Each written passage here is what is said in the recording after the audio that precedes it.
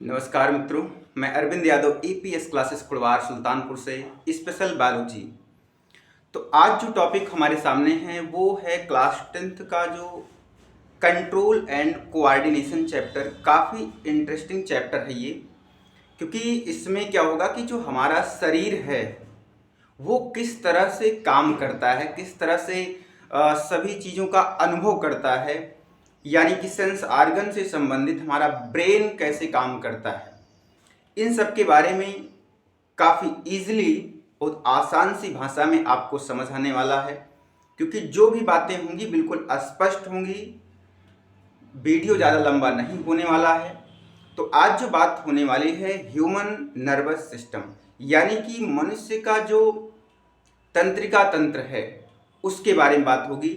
तो सबसे पहले जो आपके सामने ह्यूमन नर्वस सिस्टम, यानी कि जो मनुष्य का तंत्रिका तंत्र है, यानी एक जो पतली पतली नर्व्स का, न्यूरॉन्स की कोशिकाओं का जो जाल फैला हुआ है हमारे शरीर में, वो किस तरह से स्टिमुलस का या स्टिमुलस को एक्सेप्ट करके हमें उस चीज़ का अनुभव करवाती है, इसके बारे में बात करेंगे। और सबसे मेजर पार्ट यानी कि मुख्य पार्ट जो हमारे नर्वस सिस्टम का है वो ब्रेन। तो ब्रेन से संबंधित काफ़ी बातें होने वाली हैं आपके सामने। हर एक बात स्पष्ट, क्लियर, कंफर्म समझ आने वाली है। बस आप हमारे साथ कंटिन्यू बने रहें।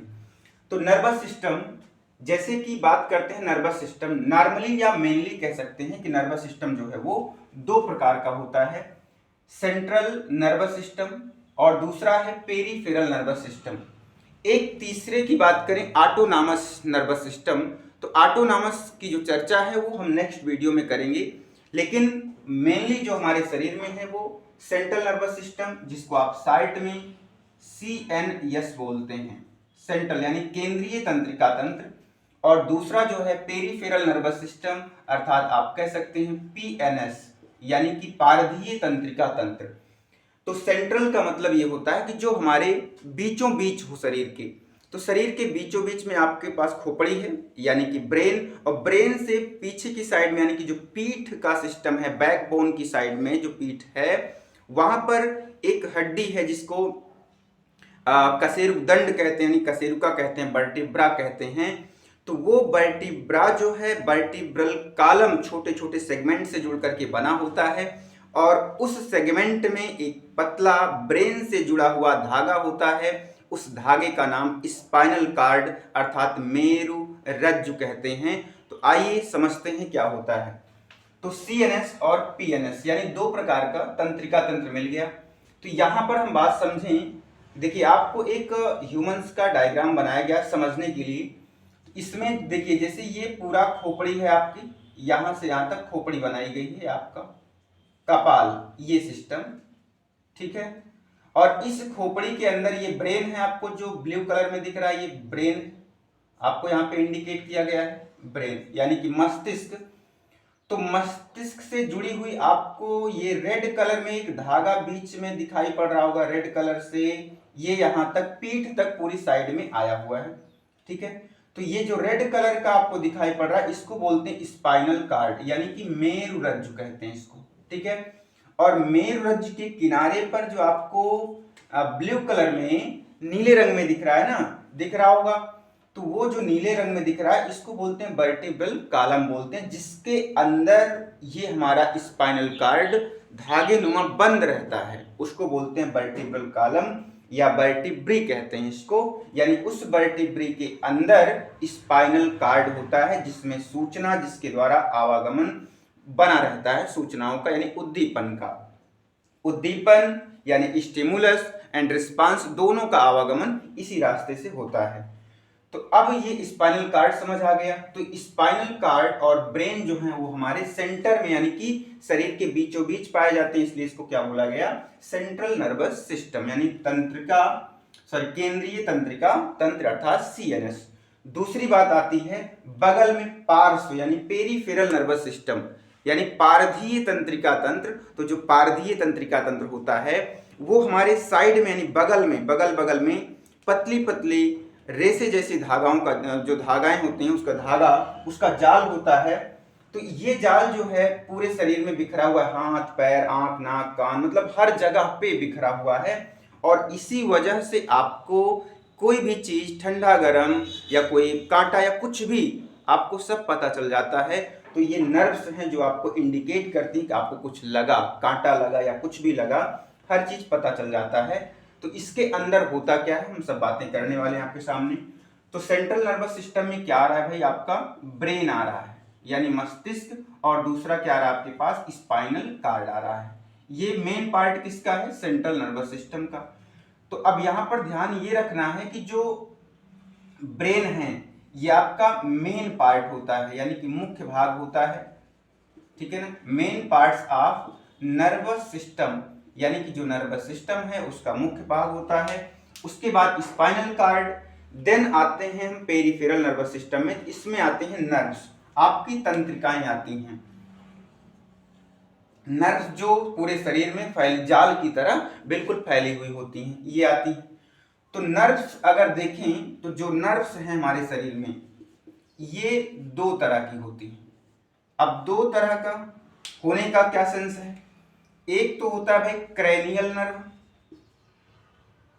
क्रैनियल नर्व, और दूसरा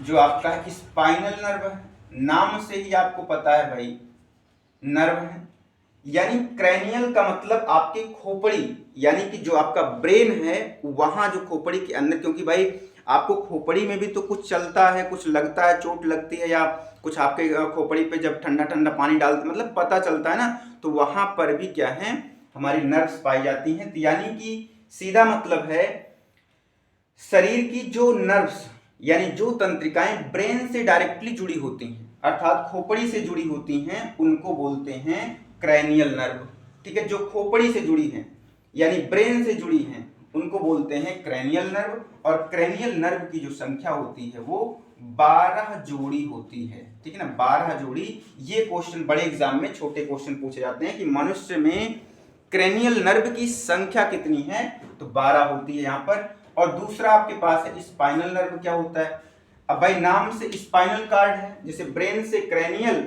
और स्पाइनल से स्पाइनल कार्ड से स्पाइनल नर्व, यानी कि यहां से लेकर के ये इतना पार्ट यानी स्पाइनल कार्ड से जुड़ी हुई नर्व्स को स्पाइनल नर्व कहते हैं। अभी तक जो ब्रेन से जुड़ा था, दिमाग से जो नर्व जुड़ी थी उसको आपने कहा क्रैनियल नर्व, कपाल तंत्रिका। वैसे जो तंत्रिकाएं हमारे स्पाइनल कार्ड से जुड़ी हैं उसको स्पाइनल नर्व बोलते हैं, और इसकी संख्या जो है वो 31 पेयर होती है, ठीक ना, 31 जोड़ी होती है। तो ये दोनों क्वेश्चन आपको बिल्कुल ध्यान रखना है कि आखिरकार ये है क्या। आपको यहाँ पर स्पष्ट बातें, आपको नर्व यानी स्पाइनल कार्ड होता क्या ये बातें स्पष्ट हो चुकी हैं, किसके अंदर होता है, उसका सेंस क्या है, उसका काम क्या है, नर्व्स क्या होती हैं, कितनी तरह की होती हैं, उसकी संख्या कितनी है, सेंट्रल में कौन आ रहा है भाई, पेरिफेरल में कौन कौन से पार्ट आ रहे हैं। तो ये सारी बातें आपको इस फिगर के माध्यम से समझ आ गया। इसका मतलब आपके पास जो संवेदी अंग हैं आंख नाक कान जीभ और त्वचा, उनमें सभी में रिसेप्टर होते हैं, और वो रिसेप्टर जो है सूचना को यानी स्टिमुलस को रिसीव करके स्पाइनल कार्ड के थ्रू ब्रेन तक लेके जाते हैं। अब आपके दिमाग में ये आएगा कि जो सूचना ब्रेन तक पहुंचती है, स्टिमुलस किसके द्वारा जाता होगा वो सूचना।